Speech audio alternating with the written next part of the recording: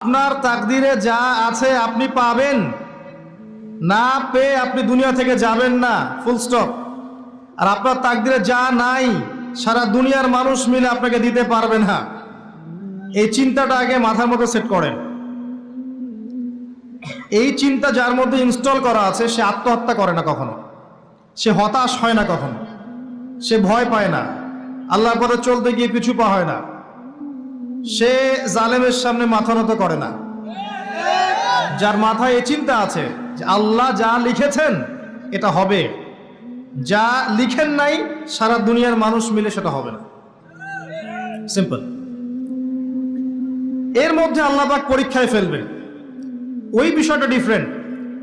আমি অবশ্যই তোমাদেরকে পরীক্ষা করব ভয় দিয়ে, ক্ষুধা দিয়ে, সন্তানের ইন্তেকাল দিয়ে, ফসলের ক্ষতি দিয়ে, সম্পদের ক্ষতি দিয়ে। আমি